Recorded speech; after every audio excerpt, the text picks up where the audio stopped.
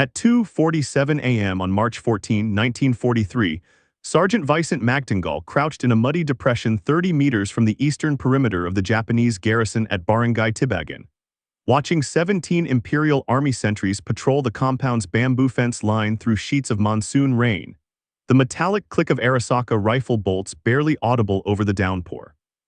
Strapped to his back were 4 Sankot, fire-hardened bamboo spears, each 2 meters long, their tips sharpened to surgical precision and rubbed with the toxic sap of the Liga's tree.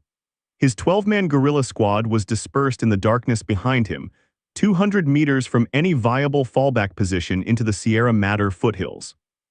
In exactly 8 minutes, the garrison's relief guard would complete their rotation, and Magtangal's window to strike the munitions depot would close for another 72 hours. What happened next would either validate a fighting technique that military historians had declared obsolete since the Battle of Waterloo, or confirm the fears of every American liaison officer who had called bamboo spears Stone Age desperation in a modern war. The spears lay across his shoulders like weapons from another century, because they were.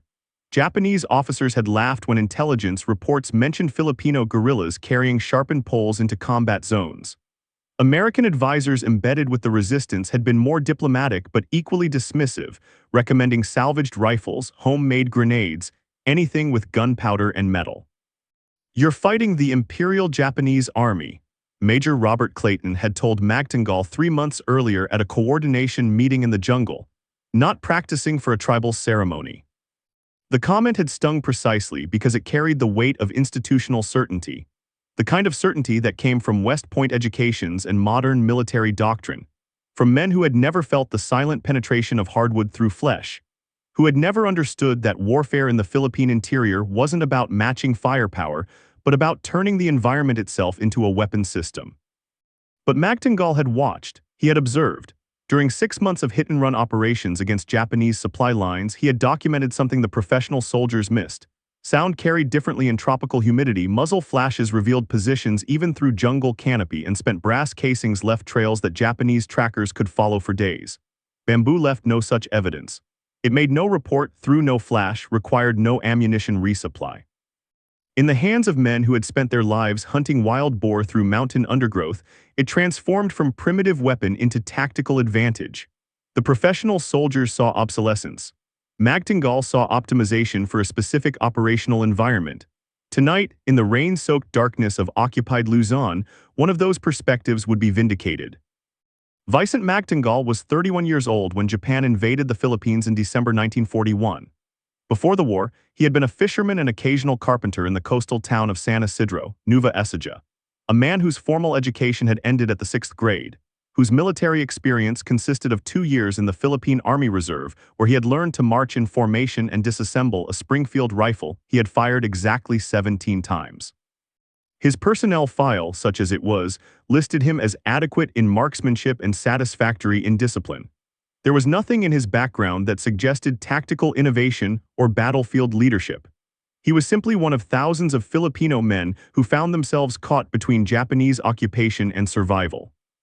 When American and Filipino forces retreated to Bataan in early 1942, Magtangal did not retreat with them. He returned to his village, hid what few possessions mattered, and disappeared into the hills with 23 other men from surrounding barangays. They called themselves guerrillas because the Americans had used that term during briefings about irregular warfare, though most of them had only the vaguest understanding of what irregular warfare meant in practice.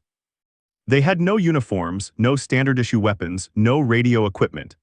What they had were intimate knowledge of local terrain, community networks that could move information faster than Japanese signal corps, and weapons taken from Japanese supply convoys or assembled from scavenged materials.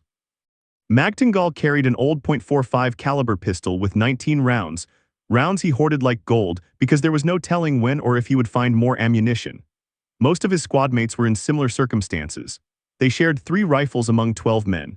Ammunition was so scarce that guerrillas would spend hours after firefights searching for spent casings, hoping to reload them with homemade gunpowder pressed from firecrackers and bat guano. It was this ammunition scarcity that first drew Magtangal's attention to alternative weapons, not from desperation, but from practical observation during hunting expeditions that doubled as reconnaissance patrols. The sangkot had been a traditional hunting tool in the Philippines for centuries. A simple spear carved from bamboo, its tip fire-hardened until it achieved a density and sharpness comparable to wood metal. Old men in the village still made them, still used them to hunt wild pigs in the Kagan grass fields. Magtangal had used them himself as a teenager, before his father bought him a shotgun for his 15th birthday. In July 1942, during a failed ambush of a Japanese supply truck, Magtangal watched 3 guerrillas empty their rifles at enemy soldiers 40 meters away. 7 shots fired, 1 Japanese soldier wounded, the rest scattered into the tree line and called for reinforcements. The guerrillas had retreated, ammunition depleted, mission failed. That evening, sitting in their mountain camp, Magtangal had done the mathematics in his head. 7 bullets, 6 missed, 1 wounded. Cost, irreplaceable ammunition, compromised position, enemy now alert to guerrilla presence in that sector. Benefit, minimal. "We're fighting like amateurs trying to be professionals," he told his squad leader, Sergeant Rodrigo Aquino. "We don't have enough bullets to fight like the Americans, we need to fight like us."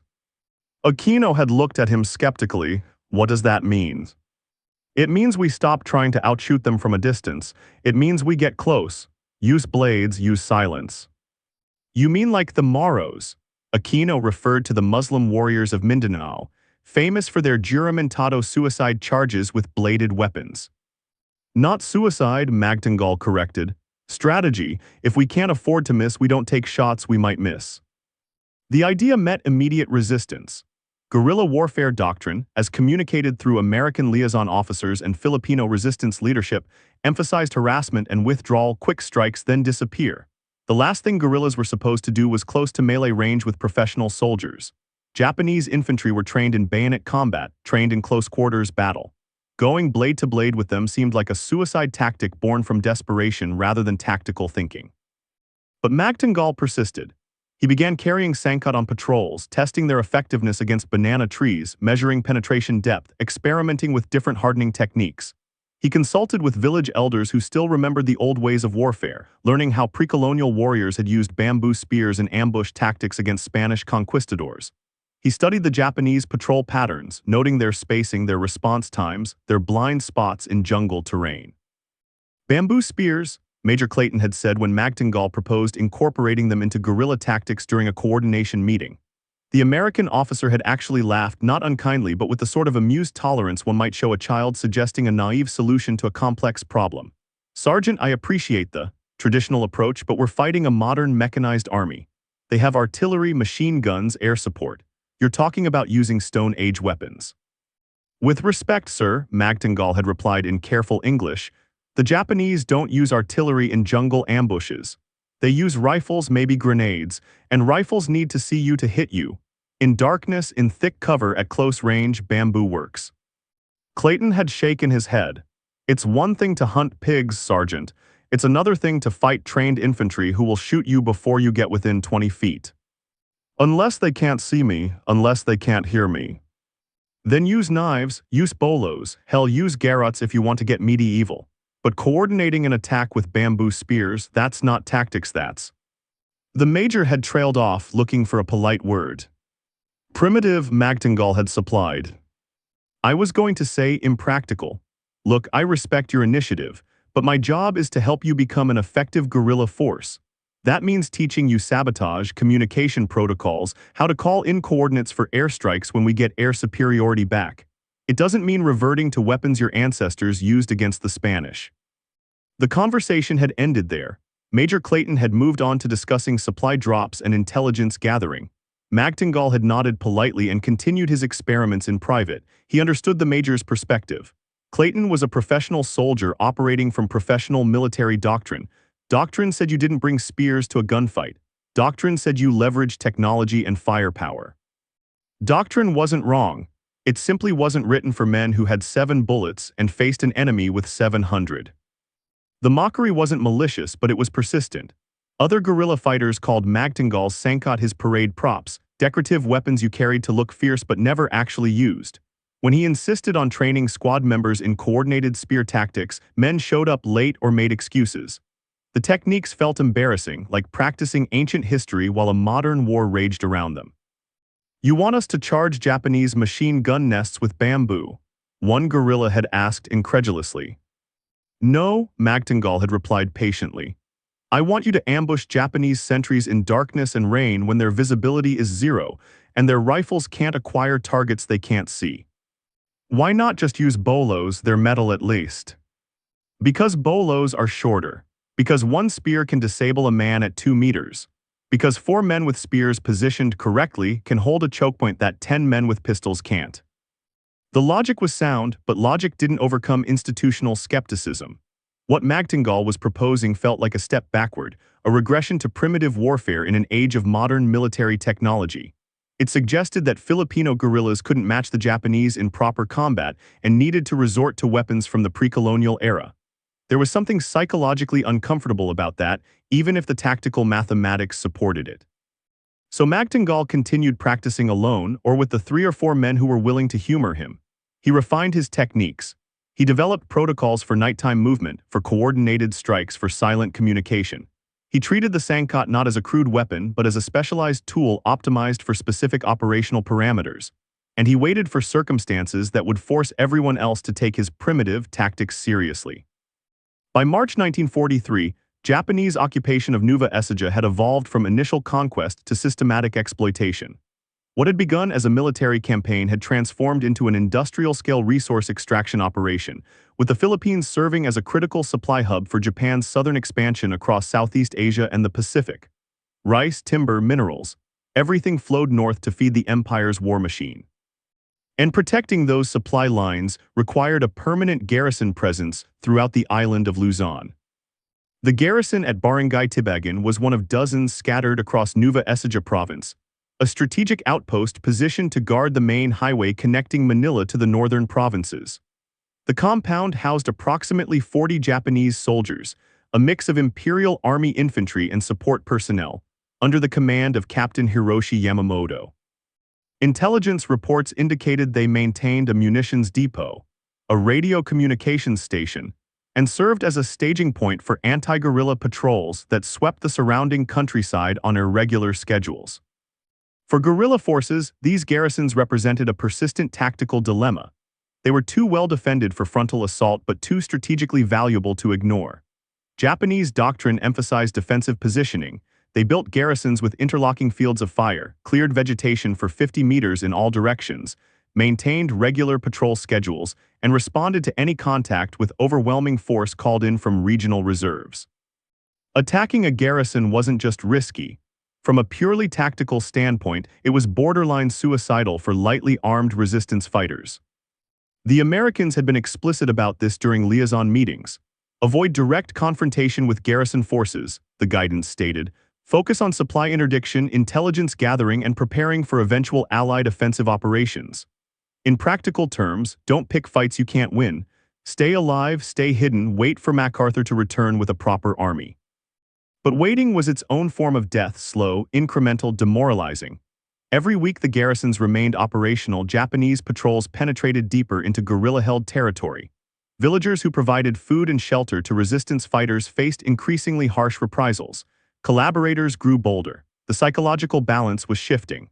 Guerrillas needed to prove they could still strike the enemy, that occupation wasn't absolute, that resistance remained viable. The Tibagan garrison had become symbolically important for exactly that reason. Located on the edge of territory the guerrillas considered controlled, it represented Japanese encroachment into what should have been safe zones. More practically, intelligence indicated the garrison's munitions depot contained rifle ammunition, grenades, medical supplies, and possibly radio equipment, resources that could sustain guerrilla operations for months if captured. The problem was access. Captain Yamamoto ran his garrison with textbook precision. Sentries patrolled in overlapping patterns. Watch rotation changed at irregular intervals to prevent predictability. The perimeter fence was lit by electric spotlights powered by a generator that ran from dusk to dawn. Approach routes were cleared of vegetation and strung with tin cans on wire, improvised early warning systems that would rattle if disturbed. Machine gun positions covered the main gate and the northeastern approach, where the jungle came closest to the compound. Previous guerrilla reconnaissance had identified exactly one tactical vulnerability: the eastern perimeter during monsoon storms.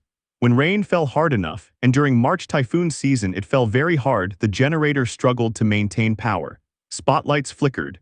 Visibility dropped to near zero. Sentries huddled under overhangs instead of patrolling the full perimeter. But this vulnerability only existed during intense storms, which were unpredictable, and it still required penetrating the defensive perimeter undetected, neutralizing sentries without alerting the main garrison, and completing the raid before reinforcements arrived from the larger Japanese base 12 kilometers south. Two previous attempts to raid the garrison had failed catastrophically. In January, a guerrilla squad armed with rifles had attempted a nighttime approach. They were detected by patrol dogs before reaching the perimeter. The Japanese responded with systematic fire that killed 3 guerrillas and wounded 2 more. In February, a different squad tried during a rainstorm, hoping to use the weather for cover. They managed to reach the fence but triggered the tin can warning system. Flares went up. Machine gun fire erupted. The squad withdrew with no casualties but also no success. After the second failure, Major Clayton had been unequivocal. The garrison is off limits, it's too hardened, you'll just get your men killed for nothing. There are other targets, softer targets, focus on those. But Magtingal had studied both failed attempts carefully. The January assault failed because the guerrillas approached with firearms, hoping to fight at range if detected. Detection came early and the Japanese had more firepower at range. The February assault failed because the guerrillas had to cut the fence or go over it, actions that made noise and took time, giving sentries opportunity to respond even in reduced visibility. What if you didn't need to cut the fence? What if you were already inside before the alarm was raised? What if your weapons made no sound and left no muzzle flash to orient enemy fire? The tactical mathematics began to align in Magtingal's mind. Japanese defensive doctrine was optimized for ranged combat, machine guns, rifles, grenades. Their perimeter security assumed attackers would either approach from distance or attempt to breach the fence. But what if attackers were already close, moving during a guard rotation, and struck with weapons that were silent, disposable, and effective at ranges of 1 to 3 meters? He began planning, not just a raid but a proof of concept, a demonstration that would validate everything he had been practicing for 8 months. If it worked, it would revolutionize how guerrilla forces engaged hardened positions. If it failed, it would vindicate every skeptic who had called bamboo spears a primitive fantasy. Magtingal needed 12 men. He needed a monsoon storm. He needed detailed intelligence on the garrison's guard rotation schedule. And he needed timing so precise that a margin of error measured in seconds would determine success or complete disaster. The opportunity emerged on March 13, 1943, when weather reconnaissance indicated a major storm system moving across Luzon. Barometric pressure was dropping rapidly. The storm was expected to hit Nueva Ecija province around midnight, with peak intensity between 2:00 and 4:00 a.m. Exactly the window when the garrison's overnight guard rotation would be most disrupted. Magtingal brought his plan to Sergeant Aquino that afternoon. They sat in the guerrilla camp's command shelter, a lean-to of woven palm fronds that provided marginal protection from rain, studying a hand-drawn map of the Tibagan garrison that had been compiled from weeks of surveillance. "We go in tonight," Magtingal said, 12 men, Sangkot only, no firearms. Aquino looked at him as if he had suggested they attack using harsh language. "You want to raid a Japanese garrison with bamboo spears during a typhoon. I want to raid a garrison during the only conditions where bamboo spears have tactical advantage over rifles. Clayton will never approve this." "Then we don't ask Clayton's."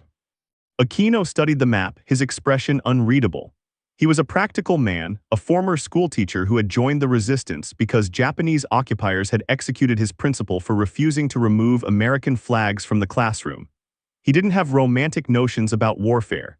He understood that guerrillas survived by being smarter than the enemy, not braver. "Walk me through it," Aquino said finally. Magtingal pointed to the eastern perimeter. "The fence here is 2 meters high, bamboo slats lashed with wire. During heavy rain, the spotlights on this side flicker, power surges from the generator struggling under load. Sentries usually retreat to the guard station here, 30 meters from the perimeter. But they maintain one roving patrol even in rain, 2 soldiers circling the compound every 20 minutes. So you have a 20-minute window. Less 18 minutes is the observed average. But the patrol follows a predictable route, and in heavy rain, visibility drops to 3 or 4 meters. If we time it correctly, we can be over the fence and positioned before the patrol comes around." "Over the fence," Aquino repeated. making noise, taking time, getting shot. Not if we use the storm. Wind will mask movement sounds, rain will obscure any silhouettes, and we're not cutting the fence, we're going over it with rope ladders in a single motion. 4 men per ladder, 3 ladders over the fence in under 90 seconds. Aquino traced the route with his finger. Then what? You're inside a Japanese garrison with bamboo sticks. We split into 4 teams. Each team takes a sentry position. The Sankot gives us reach 2 meters. We can disable sentries before they can raise an alarm or discharge weapons. Teams 1 and 2 secure the eastern guard stations. Team 3 secures the munitions depot entrance. Team 4 holds the breach point in case we need emergency withdrawal. Disable sentries, Aquino said flatly. You mean kill them. I mean neutralize threats with minimum noise. And if someone raises an alarm, if you miss, if a sentry has time to fire, then we abort and withdraw. But if executed correctly, we'll have neutralized perimeter security before the garrison realizes they're under attack. At that point, we blow the munitions depot, create chaos, and use the confusion to extract. It was an insane plan. It violated every principle of guerrilla warfare doctrine. It required precision timing, flawless coordination, and assumed that everything would go perfectly in the middle of a tropical storm. It was the kind of plan that looked brilliant on paper and catastrophic in execution. But Aquino was also doing his own mathematics. The alternative was continued slow attrition, Japanese patrols gradually constricting guerrilla territory, resources dwindling, villagers losing faith. At some point you had to roll the dice. At some point you had to prove the resistance still had teeth. 12 men, Aquino said, who? Magtingal had already compiled a list. He wanted men who were comfortable moving through jungle terrain at night, who had hunted with spears before, who could follow complex instructions under pressure. More importantly, he wanted men who trusted him enough to attempt something that sounded suicidal on its face. The recruitment conversation that evening was brutally honest. Magtingal gathered his candidates in small groups, explained the plan, and gave them explicit opportunity to refuse. This is completely voluntary, he told them. What I'm proposing violates American tactical guidance. It uses weapons most people consider obsolete. If it fails, we'll probably die. If you have any doubt at all, do not volunteer. 11 men volunteered immediately. The 12th, a young guerrilla named Eduardo Reyes who had joined the resistance only 2 months earlier, hesitated. What's the real chance this works? Reyes asked. Magtingal respected the directness. Honestly, 60% if everything goes according to plan, 40% if something goes wrong but we adapt quickly, 0% if we hesitate or break coordination. Those aren't great odds. No, but they're better odds than continuing what we've been doing. And if it works, we change how this entire war is fought in these provinces. Reyes volunteered. They spent the rest of the afternoon in final preparation. Magtingal inspected every Sankot personally, checking for structural integrity, sharpness, proper balance. Each spear had been customized for its user, length adjusted to individual height and arm span, grip wrapped in rattan cord for secure handling in wet conditions. He had coated the tips with Liga's sap, a mild toxin that wouldn't kill but would cause disorientation and nausea if the spear penetrated tissue. In close combat, even a glancing wound could disable an opponent long enough to finish them. They reviewed hand signals, timing protocols, fallback positions. They rehearsed the fence breach repeatedly, using mock-ups constructed from bamboo poles. They synchronized watches, timepieces salvaged from dead Japanese officers, and established abort codes. If anyone signaled 3 sharp whistles, the mission was compromised and everyone withdrew immediately. At 10:00 p.m., Magtingal gathered the squad for final instructions. Rain was already falling in sheets, drumming against the jungle canopy with the sound of sustained machine gun fire. We move out in 30 minutes, he said. From this point forward, absolute silence. Hand signals only, no one acts independently. If I abort, we abort. If I push forward, we push forward. Trust the plan, trust each other, trust the Sankot. Someone made a joke about fighting the Japanese with tree branches. Everyone laughed, nervous laughter that broke tension without dispelling it. At 10:30 p.m., they departed the camp. 12 men, 48 bamboo spears, and no firearms except Magtingal's .45 pistol with its 19 precious rounds. Rounds he had no intention of firing unless absolutely everything went catastrophically wrong.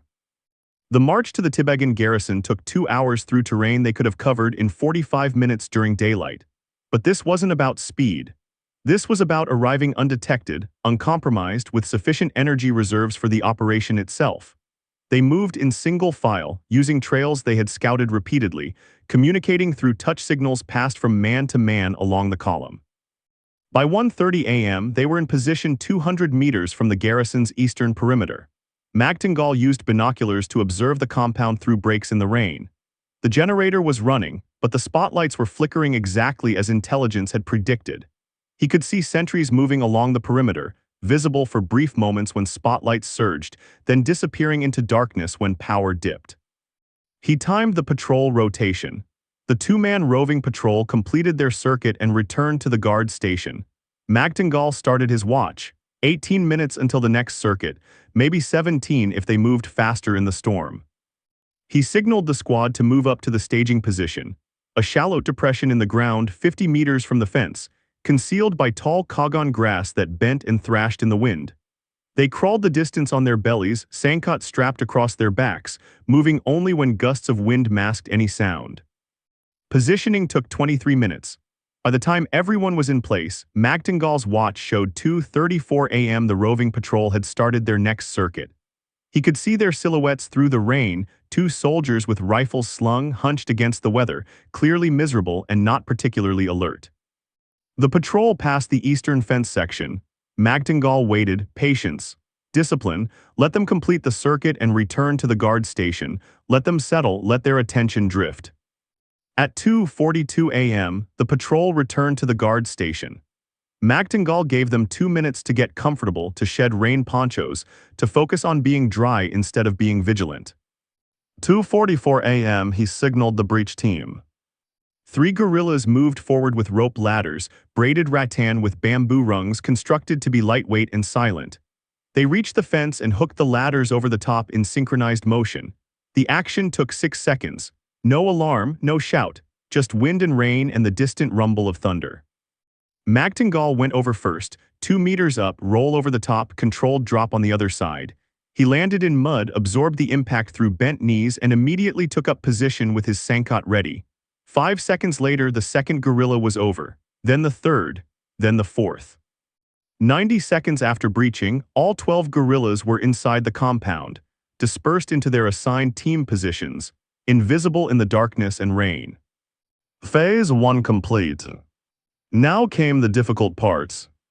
Magtingal's first target was Sentry Post Alpha, a covered position 20 meters from the eastern fence where one Japanese soldier stood watch over the approach route. The position was elevated slightly on wooden planking to keep the sentry above standing water.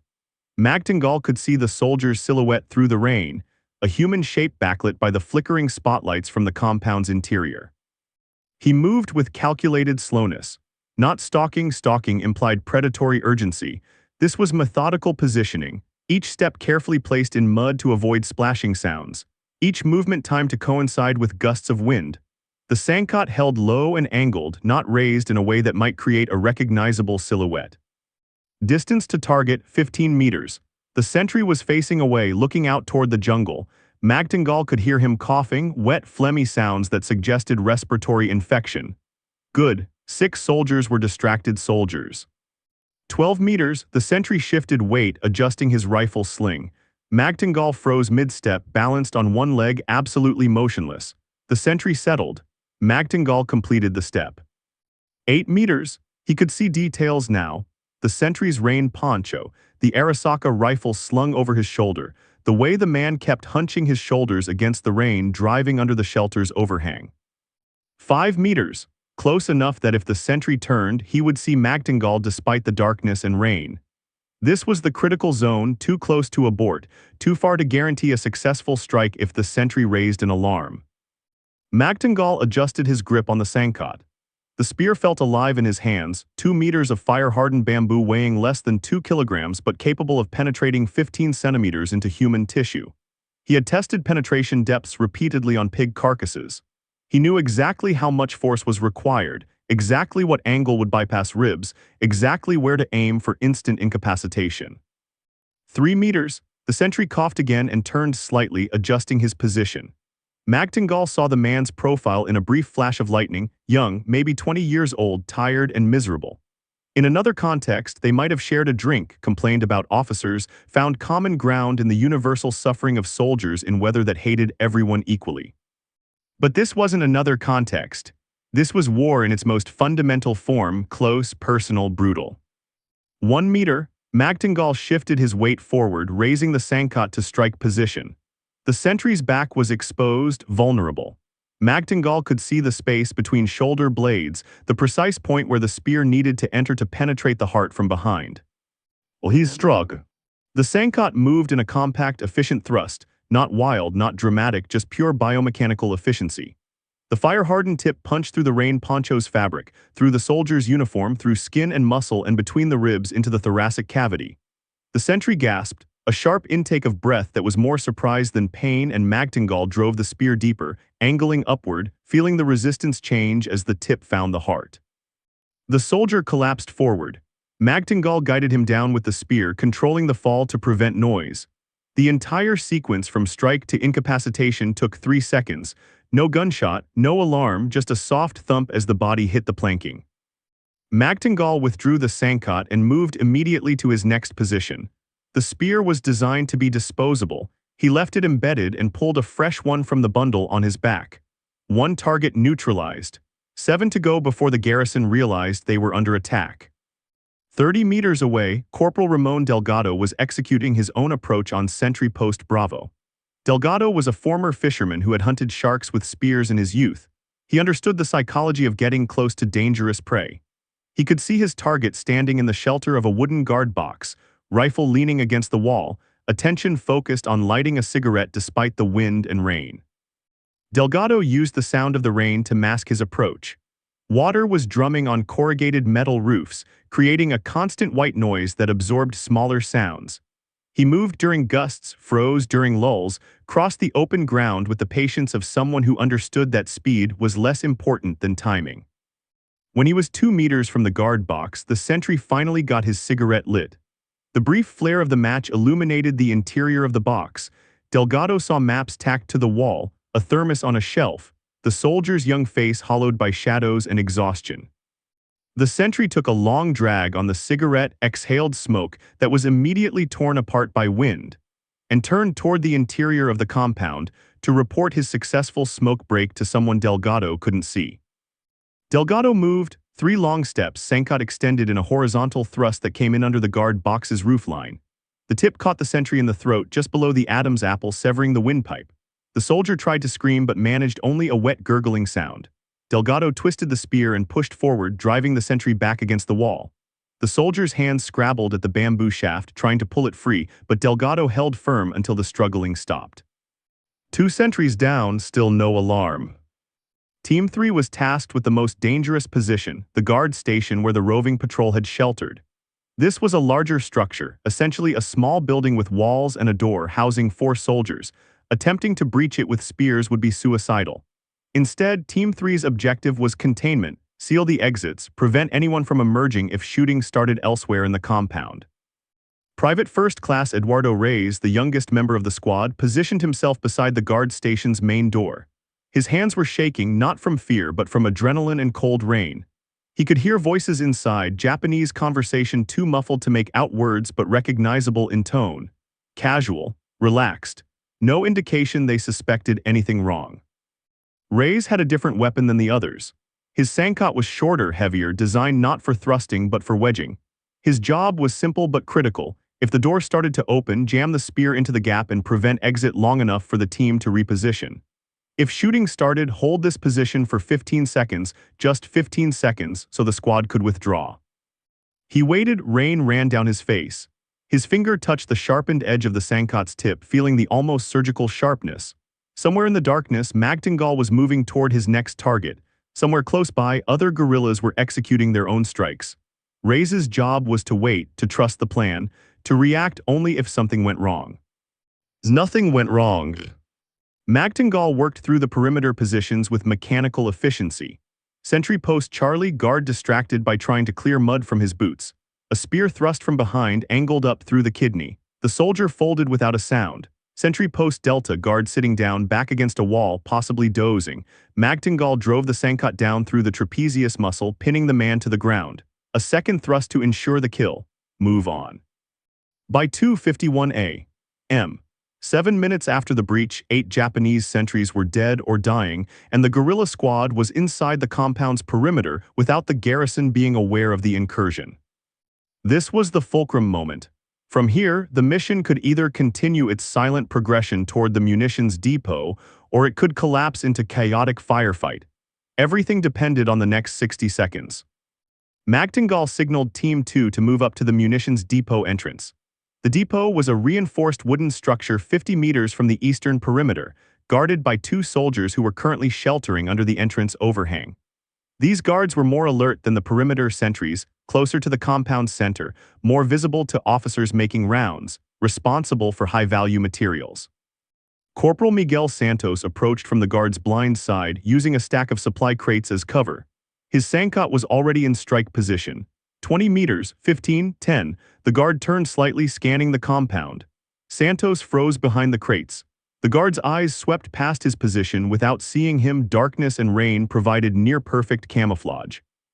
5 meters. Santos could see the guard's breath condensing in the rain-cooled air. He could see water dripping from the rim of the soldier's helmet. He could see the exact point where neck met shoulder, the vulnerable space where a spear thrust would sever the carotid artery and drop a man in seconds. Santos moved with the same efficient violence that Magtingal had demonstrated. Thrust, twist, withdraw, the guard collapsed. His partner turned at the sound, mouth opening to shout, rifle starting to swing up. And found himself facing 3 Sankot tips from 3 different guerrillas who had positioned themselves in a coordinated triangle. The geometry was perfect. No matter which direction he turned, 2 spears would penetrate his torso before he could aim his rifle. He recognized this in the instant before he died. Magtingal could see it in the soldier's eyes, that split-second understanding that he was already dead and no action would change it. 3 spears struck simultaneously. The guard collapsed like a puppet with cut strings. 10 sentries neutralized, the munitions depot entrance was secured, and the garrison still hadn't raised an alarm. Magtingal allowed himself a moment of controlled satisfaction. The impossible thing was happening. The thing every professional soldier had said couldn't work was working. Bamboo spears, dismissed as primitive, obsolete, embarrassing, were proving devastatingly effective in the exact tactical scenario he had predicted they would excel in. But they weren't finished. He signaled the demo team forward. 2 guerrillas carrying canvas bags filled with improvised explosives, metal pipes packed with gunpowder and scrap metal, crude but effective. They entered the munitions depot, moving quickly now because stealth no longer mattered as much as speed. Inside, they found exactly what intelligence had reported: wooden crates stamped with Japanese characters stacked in organized rows, rifle ammunition, grenades, medical supplies, radio batteries, everything a guerrilla force needed and couldn't manufacture. The demo team worked with practiced efficiency, placing explosives on load-bearing supports, running fuse lines back toward the entrance. 30 seconds to plant the charges, 45 seconds to prime the fuses, 5-minute delay once lit. At 2:56 a.m., the fuses were lit. Move, Magtingal said softly, the word carried through the rain to every guerrilla position. Time to withdraw. They moved in reverse order, security teams first, establishing fallback positions. Demo team next, confirming fuses were burning correctly. Magtingal last, conducting visual sweep of the area to ensure nothing was left behind that could identify the attackers or their techniques. As he turned toward the breach point, something changed. A door opened in the main garrison building. An officer emerged, rain poncho over his uniform, flashlight in hand. Captain Yamamoto, making his rounds, checking on sentries who were supposed to be alive and alert but were instead dead in the rain. Yamamoto's flashlight beam swept across the compound. It caught a body lying near Sentry Post Alpha. The officer stopped, pointed the flashlight more carefully, saw the Sankot still embedded in the corpse's back. For 3 seconds, Yamamoto stood frozen, trying to process what he was seeing. Bamboo spear, dead sentry, no gunshots, no alarms, it made no sense. Attack protocols should have triggered immediate response. Where was the perimeter patrol? Where were the guards? Then his military training overrode his confusion. Yamamoto's hand went to the whistle on his lanyard. He drew breath to sound the alarm. A Sankot struck him in the chest. Magtingal had thrown from 15 meters away not a thrust, but a javelin throw using technique he had practiced hundreds of times. The spear penetrated Yamamoto's sternum and drove him backward against the garrison building's wall. The whistle fell from his lips. The flashlight dropped, beam pointing uselessly at the sky. Go, Magtingal hissed, no more silence discipline. Speed was everything now. The guerrillas sprinted toward the breach point. Rope ladders were still in place. They went over in controlled chaos, two at a time, helping each other, moving with urgency but not panic. 10 seconds per man, 2 minutes total. Behind them, someone in the garrison finally understood that something catastrophic was happening. Voices shouted in Japanese. Lights came on in the barracks. Soldiers emerged in various states of readiness, grabbing rifles, looking for targets, finding only darkness and rain and the bodies of their comrades. A soldier spotted the guerrillas at the fence. He raised his rifle. Before he could fire, the munitions depot exploded. The blast wave rolled across the compound like a physical force, flattening everything within 15 meters of the depot and hurling debris across the entire garrison. The explosion was spectacular, not just gunpowder but secondary detonations as stored ammunition cooked off in the heat, grenades detonating in chain reaction, rifle rounds firing in random directions. The entire eastern section of the garrison disappeared in fire and smoke. In the chaos, the guerrillas vanished into the jungle. By 3:30 a.m., Magtingal's squad was 2 kilometers from the Tibegan garrison, moving through mountain trails they could navigate blindfolded. Behind them, the sky glowed orange from fires that would burn for hours. Explosions continued intermittently as ammunition cooked off. The sound carried for kilometers, a sustained roar punctuated by sharp cracks that sounded almost like applause. They reached their staging camp at 4:15 a.m. Magtingal conducted immediate accountability check. 12 guerrillas had entered the garrison. 12 returned. 0 casualties. 0 injuries beyond minor cuts and bruises from going over the fence. Against 10 confirmed enemy killed, plus unknown additional casualties from the depot explosion. The mathematics was stark. In conventional guerrilla engagement, attacking a fortified garrison would be expected to result in 30–50% attacker casualties even in a successful raid.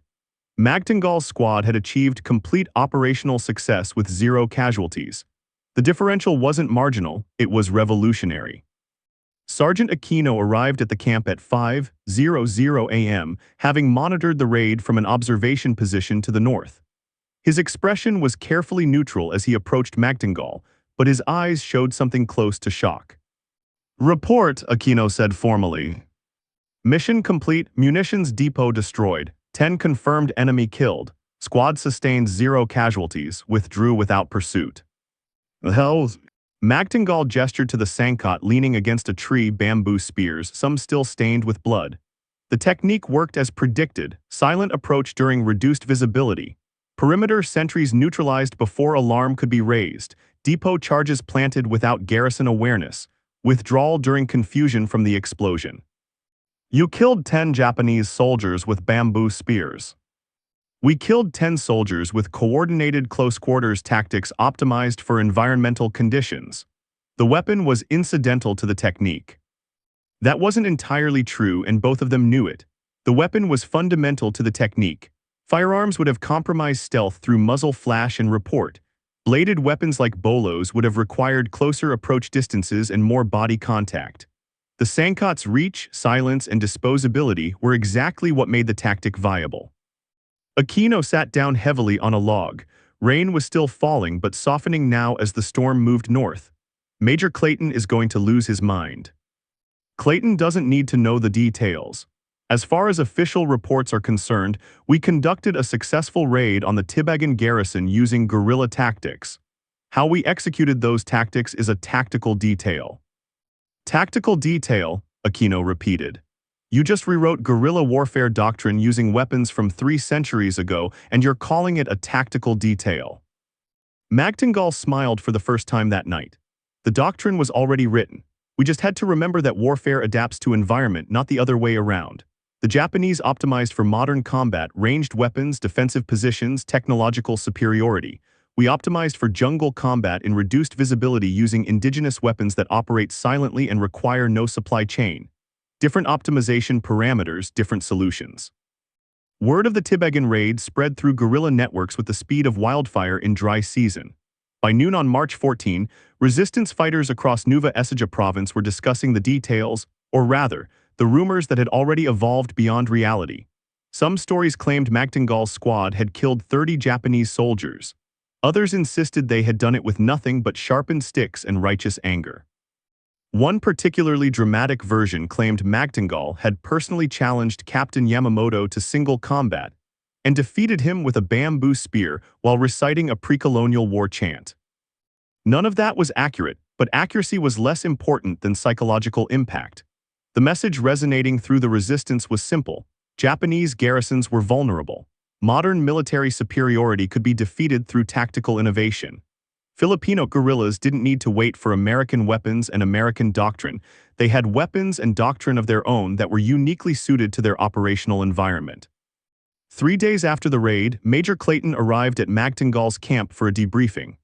The American officer looked tired, weathered by months in the jungle, but his expression was thoughtful rather than angry.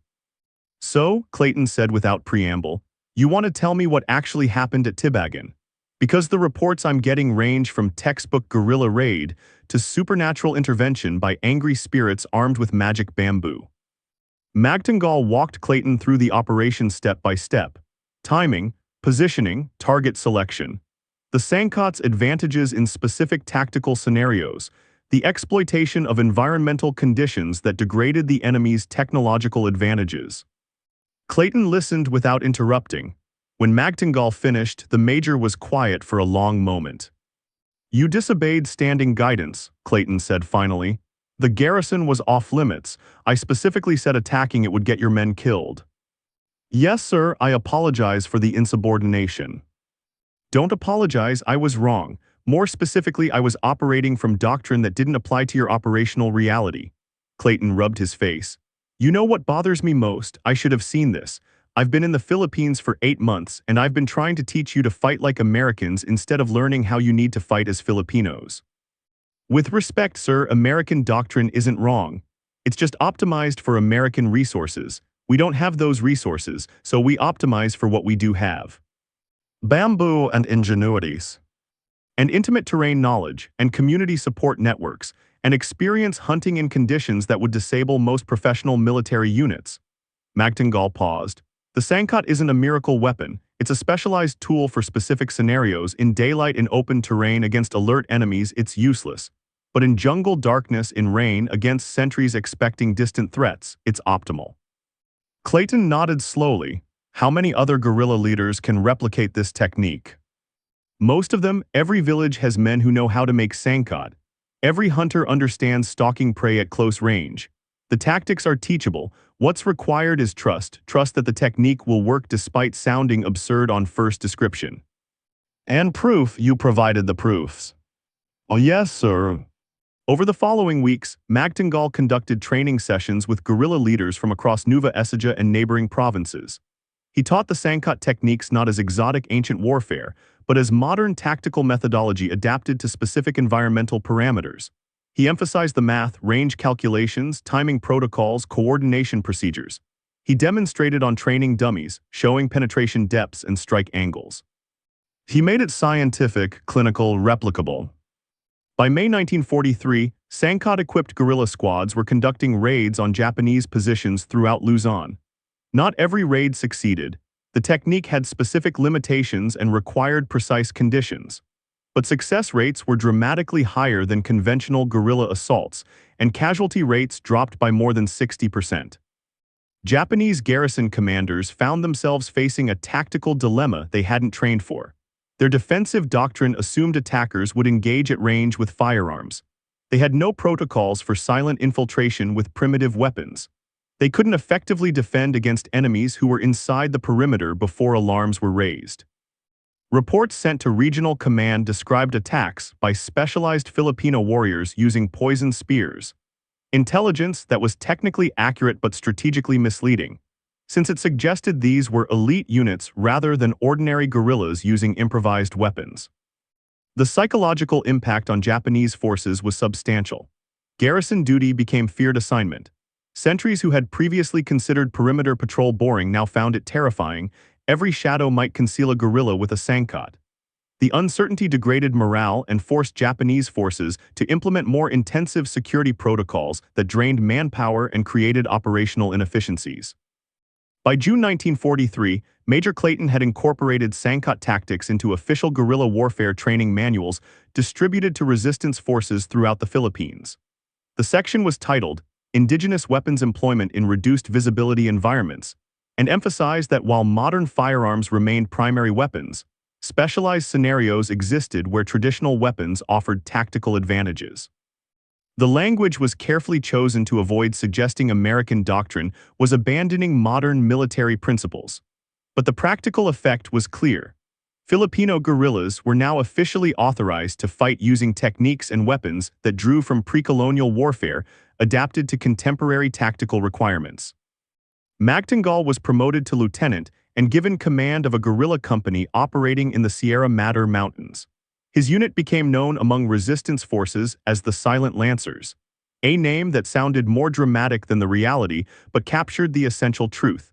They specialized in raids on hardened positions during conditions where conventional assault would be suicidal. Japanese intelligence services eventually identified Magtangal as a high-value target and placed a substantial bounty on his capture. Several assassination attempts followed, none successful. The last attempt in August 1943 ended with 3 Japanese commandos dead in the jungle, killed by sankot-wielding guerrillas who had detected the infiltration and ambushed the ambushers. The irony was not lost on Magtangal. Japanese special forces armed with modern equipment and extensive training, defeated by Filipino farmers using sharpened bamboo and tactical principles that predated firearms by centuries. On October 20, 1944, General Douglas MacArthur waded ashore at Leyte Gulf, fulfilling his famous promise, "I shall return." American forces began the liberation of the Philippines with massive amphibious assaults supported by naval bombardment and air superiority. It was modern warfare at industrial scale, thousands of tons of steel and explosive delivered with precision timing. But in the mountains and jungles of Luzon, Filipino guerrillas continued fighting with sankot and ingenuity. They served as scouts for advancing American forces, as intelligence networks, as specialized units conducting operations in terrain where conventional forces couldn't effectively operate. Lieutenant Vicent Magtangal led his company in 47 documented combat operations between March 1943 and August 1945. His unit sustained 18 casualties total, 3 killed, 15 wounded, while inflicting an estimated 230 Japanese casualties.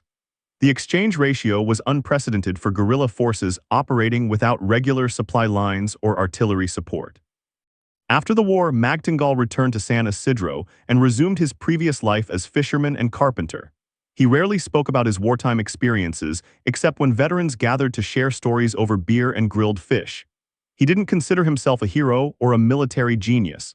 He was simply a practical man who had paid attention to his environment and adapted tactics accordingly. In 1952, the Philippine Army invited Magtangal to serve as consultant for jungle warfare training programs. He taught a generation of officers that technology and tradition weren't opposites but complementary approaches to solving tactical problems. Modern equipment was valuable, he emphasized, but understanding indigenous weapons and techniques provided options when modern equipment failed or wasn't available. The sankot tactics he pioneered were documented in military studies on guerrilla warfare and unconventional combat. American Special Forces training eventually incorporated elements of his methodology into curricula on improvised weapons and indigenous warfare techniques. The specific details were adapted and modernized, but the core principle remained. Effective warfare requires matching tactics to environment rather than forcing environment to match doctrine. Magtangal died in 1978 at age 68. Surrounded by family in the same house where he had lived before the war. His obituary in the local newspaper mentioned his wartime service but focused more on his contributions to the community, teaching young men carpentry skills, serving on the barangay council, organizing the annual town fiesta. There was no statue erected in his honor, no military base named after him, no dramatic medal ceremony or presidential citation.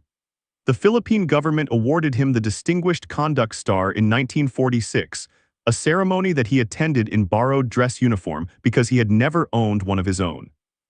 But among veterans of the Philippine resistance, among military historians who studied guerrilla warfare in the Pacific Theater, among special forces operators who trained in unconventional tactics, Vicente Magtangal's name carried weight. He represented something fundamental about warfare that professional military establishments sometimes forgot. Innovation often comes from the bottom up, from ordinary soldiers who observe problems that doctrine doesn't solve and develop solutions using whatever tools are available. The Sangkot techniques didn't revolutionize warfare. Bamboo spears didn't replace rifles and machine guns. Military forces didn't start mass-producing primitive weapons for modern combat.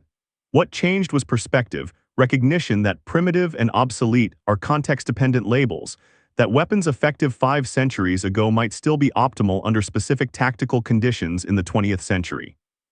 In 2008, the Philippine Army Special Forces Regiment dedicated a training facility at Fort Magsaysay to Magtangal's memory. The dedication plaque reads, Lieutenant Vicente Magtangal, 1911-1978. He proved that ingenuity defeats doctrine, that observation surpasses training, and that the most effective weapon is the one suited to the task, regardless of what century it comes from. The facility trains special operations soldiers in unconventional warfare, including a course on improvised weapons and indigenous combat techniques. Instructors still teach Sangkot tactics, not because bamboo spears are practical weapons in contemporary warfare, but because the methodology, analyzing environment, exploiting enemy assumptions, optimizing tactics for available resources, remains fundamentally relevant. On the walls of the facility hang photographs from the Philippine resistance, blurry images of guerrillas with improvised weapons, of jungle camps, of men who fought a modern war with ancient tools. One photograph shows Lieutenant Magtangal in 1944 standing with his company after a successful operation. He looks tired, weathered, unremarkable. He is not posed dramatically. He is not holding a Sangkot in triumphant display. He is simply standing with his men, one soldier among many. But everyone who studies guerrilla warfare in the Pacific Theater knows his story. Everyone who analyzes unconventional tactics knows what he achieved on a rain-soaked night in March 1943. Everyone who has ever been dismissed for proposing an unorthodox solution knows his name. Major Robert Clayton, who survived the war and eventually retired as a colonel, wrote in his 1968 memoir, I came to the Philippines believing I would teach Filipino guerrillas how to fight. Instead, Lieutenant Magtangal taught me that effective warfare requires humility. Humility to recognize when your doctrine doesn't fit the battlefield, and courage to learn from men who lack formal credentials but possess practical wisdom. The Tibagan garrison raid entered military legend not because it was the largest guerrilla operation or the most strategically significant, but because it validated something that professional military establishments resist acknowledging. Sometimes the best solution is the one that looks absurd until it works. Sometimes the expert is the fisherman who paid attention, not the officer who attended the academy. Sometimes the obsolete weapon is only obsolete until someone demonstrates its continued relevance under conditions the experts didn't consider. Japanese military records captured after the war included reports from Nueva Ecija province describing specialized Filipino warrior units equipped with poison spears conducting infiltration attacks on garrison positions. The reports recommended enhanced perimeter security, increased sentry rotation frequency, and improved early warning systems. They did not recommend, because they could not conceive of recommending, that Japanese forces adopt similar tactics themselves. The institutional mindset could not comprehend that an imperial army garrison, armed with modern weapons and extensive training, could be vulnerable to men with sharpened bamboo. That psychological barrier was Magtangal's greatest tactical advantage. He didn't just defeat Japanese soldiers on a specific night in March 1943. He defeated an entire framework of assumptions about what constituted effective warfare. He proved that technology and training matter less than understanding of terrain, of weather, of human psychology, of the specific tactical problem requiring solution. The Sangkot itself is displayed in the Philippine Military Museum in Manila, one of the original spears from the Tibagan raid, preserved behind glass with a small plaque explaining its significance. Tourists sometimes laugh when they see it. A primitive bamboo spear in a museum dedicated to modern military equipment seems incongruous, almost comical. But Filipino veterans don't laugh. They understand what that sharpened pole represents. The principle that warfare rewards innovation over convention, adaptation over rigid doctrine, practical wisdom over theoretical knowledge. In the final analysis, Vicent Magtangal was exactly what Major Clayton initially dismissed him as: an ordinary soldier with limited formal training, fighting a modern war with ancient weapons. The only difference was that Magtangal understood something the professionals missed: that ordinary soldiers who pay attention to their environment and adapt tactics accordingly can achieve results that extraordinary soldiers following conventional doctrine cannot. He was a fisherman who became a lieutenant, a carpenter who rewrote guerrilla warfare methodology, a man with 6 years of formal education who taught military strategists lessons they still study decades later. He fought with bamboo because bamboo was what the environment provided, and he won because he understood that the weapon doesn't determine tactical effectiveness determines which weapon to use. On March 14, 1943, in the rain and darkness outside a Japanese garrison, 17 sentries with modern rifles and training met 12 guerrillas with sharpened bamboo and observation-based tactics. When morning came, the sentries were dead and the guerrillas had disappeared into the mountains, leaving behind nothing but corpses, fire, and a technique that would be taught to special forces operators for the next 80 years. The Japanese never understood what happened that night.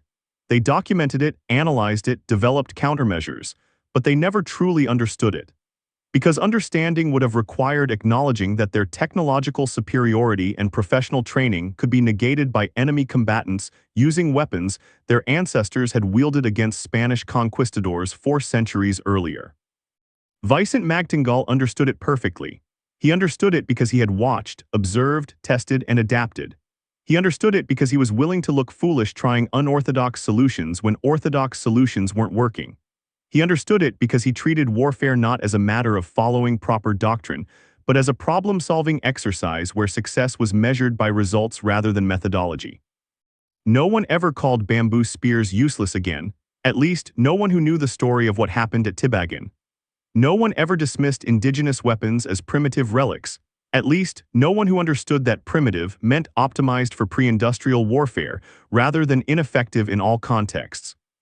No one ever assumed that formal training guaranteed tactical superiority over practical observation. At least, no one who studied how a fisherman from Nueva Ecija rewrote military doctrine with sharpened bamboo and patient intelligence. The legend endures because it represents something fundamental about human conflict. Creativity defeats convention, observation defeats assumption, and the willingness to look beyond established doctrine often produces results that established doctrine cannot achieve.